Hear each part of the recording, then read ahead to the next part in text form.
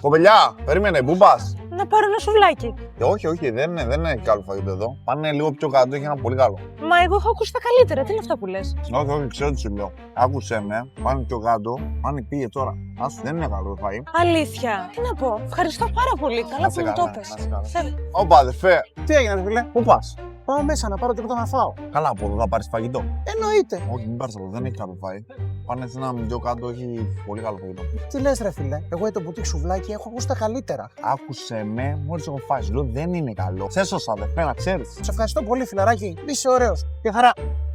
Παιδάκι μου, σήμερα ψυχή δεν έχει. Τι γίνεται να πούμε? Χριστό, εδώ είσαι? Ναι, ρε φίλε, τι όντως άκουσα που λέγες τώρα, δεν έχει κίνηση. Όντως, τι είναι αυτή η κατάσταση? Και έχεις και απίστευτο φαγητό, δηλαδή πώς γίνεται να μην έχει κίνηση? Δεν μπορώ να το καταλάβω, ρε φίλε. Σε βλέπω πάλι να τα τρως εσύ όλα. Για να μην τα πετάξουμε δηλαδή. Νίκο μου, όντως, ρε φίλε, τι να σου πω, ρε φίλε. Κρίμα, πραγματικά. Τόσο ωραίο φαγητό έχεις, ρε φίλε, δεν μπορώ να καταλάβω τι γίνεται. Θα τα πάρω εγώ, τι να κάνω? Θα πετάξουμε τώρα, φέρε ό,τι έχεις να το πάρω και σπίτι.